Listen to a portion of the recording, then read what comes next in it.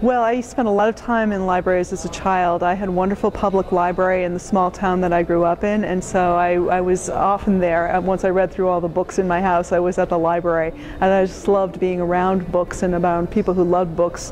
I also worked in a library as a college student. I loved reshelving the books because it always took me to a new section of the library, a place that I might not have otherwise gone. Well, I think I'd have to say all the librarians that I grew up with that were my favorites. They were wonderfully helpful and just created a space that was terrific for a reader to be in. I loved reading, and as I said, I read pretty quickly through all the books in my house growing up, and we didn't have a lot of money growing up, and so to be able to go to the library and to find any book that I wanted was just an incredible wealth of information and story, and that continued with me as I grew up, as I went to college, as a young adult as well.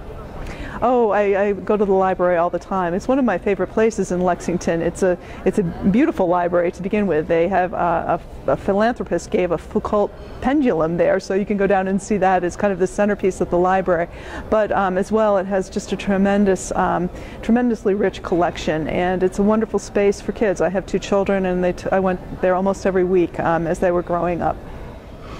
Well, I think they shouldn't be cut. I mean, I think it's a place where we should never cut, because the library offers a place for people to come who have cuts in other places in their lives. And also, I think in addition to being a resource for people, a wonderful wealth of information and books for people to have access to, they're also terrific community gathering spaces. I mean, I find that there are readings at my library, there are classes, and I think that we should support libraries rather than cut them.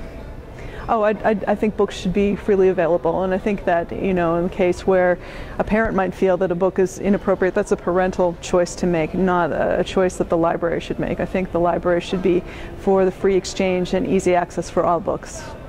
Oh, I think school libraries are essential, you know. I mean, I talked about the public library, but as we're speaking, I'm remembering all the wonderful books that I read in my school libraries, and books I was introduced to by the librarians there, who knew what was out and knew what might appeal to me. And again, I find that also with raising my children, that I go to the librarians in the school to find out what's new, what's just come out, what my daughters might really love. Well, I've just finished this novel, The Lake of Dreams, and that's newly out in paperback, and I'm starting to think about the next book, but I can't talk about it because it's too new.